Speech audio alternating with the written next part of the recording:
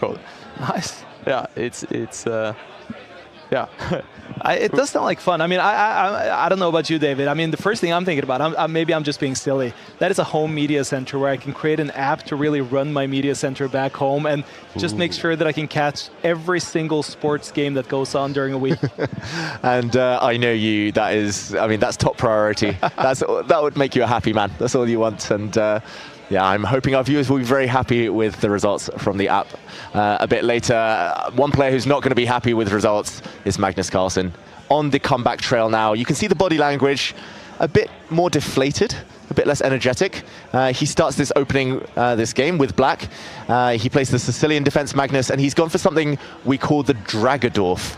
It is a mix between the Sicilian dragon, which means that Magnus has placed his bishop on a long diagonal. He's actually fianchetted both of his bishops now. And the Sicilian Najdorf, named after Polish-Argentinian Grandmaster Miguel Najdorf. So Magnus, by pushing this pawn forward, and then pawns on the queen side, has gone for a bit of a mishmash, but I guess he counts the dragon here as an animal. That's the theme of the day, Magnus playing animal openings. Well, he doesn't stop, that's the thing. He's playing his Finnish counterpart now. He's Norwegian. We're right in the middle in Sweden. This is a bit of a Nordic battle right here. Exactly. Battle for the North. And yeah, his opponent's actually known as a bit of a streamer as well, a bit of a content creator. So this is a bit of a tricky one for Magnus. Not easy at all. I just wanted to let you guys know about what is actually quite the feast of a game that's going on at the same time, just for those who want entertainment value. Over at table number 3 right now, we have Denis Lazovic, who's playing against Erik Hansen. That's quite a fun match number 3 setup. Exactly. Nice to see Chessbra, Erik Hansen, the man with the most Nordic name ever, on board 3 against Denis Lazovic. And yeah, we'll follow that game potentially a bit later.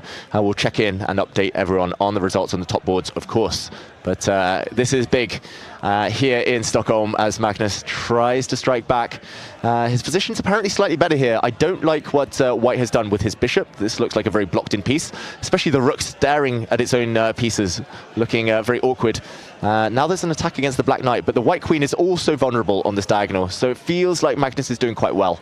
But early days here, of course, in this game. But Karttunen is laughing. He's streaming as well. You see him talking to his audience. I know he creates YouTube videos. Let's listen in. Ooh.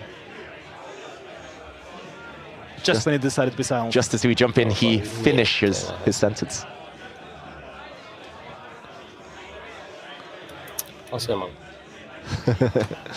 And not much we can conclude from that, but I don't think he's unhappy with the position. Why did I put it on c8 immediately, if I'm happy to move it? Well, the truth is, I didn't think that far. Magnus being a little self-deprecating today, I would say. Yeah, he's breaking all the myths we associate with top chess players. Sometimes they don't see more than 1 or 2 moves ahead. As long as you see the right way forward, that is enough. And curious pawn sacrifice here from Karttunen, who there gave up a pawn, but he wants to trade off queens. He's got an open line now in return, and he's saying to Magnus, if the queens come off, actually, the black king in the center cannot castle now, as this pawn would be vulnerable. So really interesting attempt there by the Finnish international master. I gotta ask you about that, though. You're saying that, okay, the hypothesis or whatever, the stereotype about chess players is true, but how often do you feel like top-level chess player stereotypes are true? I mean, do you feel as though your chess friends, your GMs, are the smartest people in the world? No comment. I don't refute it. When actually one of the most common questions I get asked is like, how many moves do you see ahead? Is it 10? Is it 20? Is it 30? And I'm just like, yeah, it's whatever the highest number they say, I agree. It's 30 moves, when actually it's probably 2 or 3. And it's just nice to perpetuate that myth.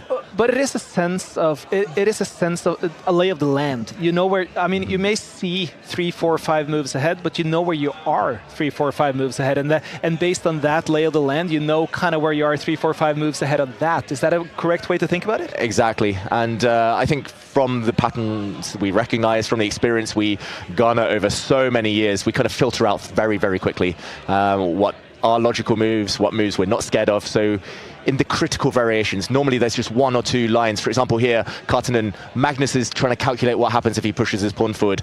That is where he's looking. One direction. It's better to see one direction 2 or 3 accurate moves into the future, rather than 8 wrong directions, 20 moves into the future. So here we see Karttunen has sacrificed a piece. Magnus has a whole extra knight right now, but the white pawns are marching, so some compensation. If the pawn does step forward, Magnus is trying to put his knight in the center of the board, and he should be getting this win now. He should be bouncing back with black.